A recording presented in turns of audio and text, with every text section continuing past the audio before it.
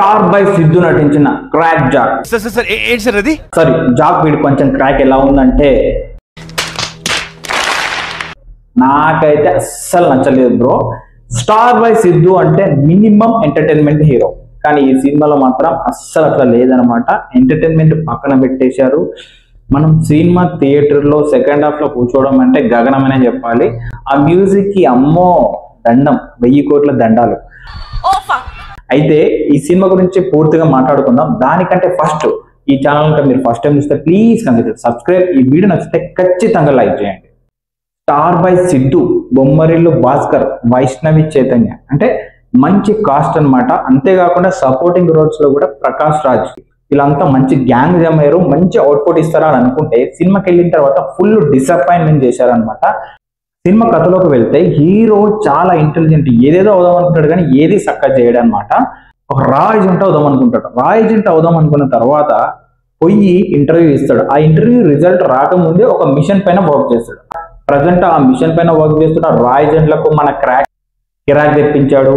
అన్ని సినిమాలో ఉంటాయి కానీ ఏది ప్రాపర్ గా ఉంటది అనమాట. కథ బాగుంటది కానీ తీసుకెళ్లిన విధానము మనకు సైడ్ క్యారెక్టర్లు ఎంగేజింగ్ చేయవు. అక్కడక్కడ మనం ఏదైనా ఉపశమనం లభించింది జెండుబాం వాడకుండా అంటే సిద్ధు జొన్నలగడ్డ ఆయన యూనిక్ స్టైల్ ఉంటది కదా, డీజే టిల్లులో టిల్లు స్క్వేర్ లో ఉన్నట్టు ఆ యూనిక్ స్టైల్లో ఆ యూనిక్ పంచులు తెలంగాణ స్టైల్లో మనల్ని అవి కొంచెం ఇంట్రెస్టింగ్ గా కూర్చోబెట్టేలాగా ఉంటాయి ఫస్ట్ హాఫ్ లో.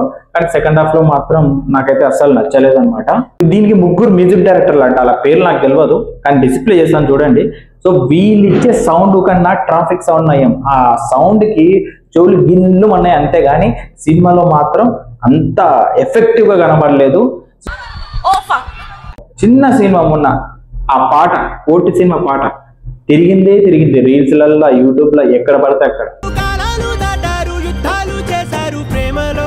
అదనమాట.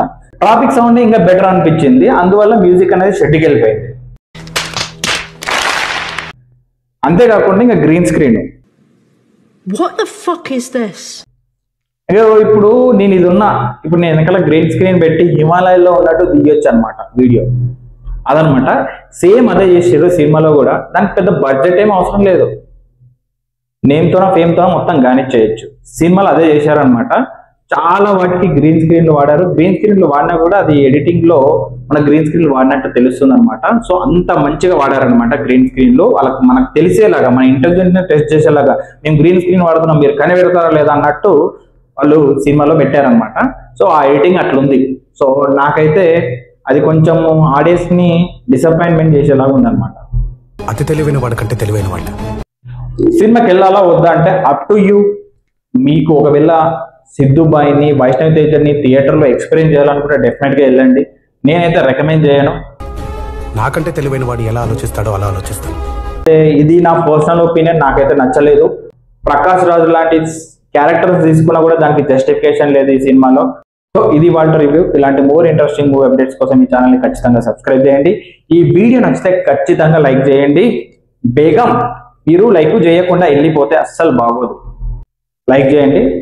Thank you for watching. జై హింద్. Okay bye.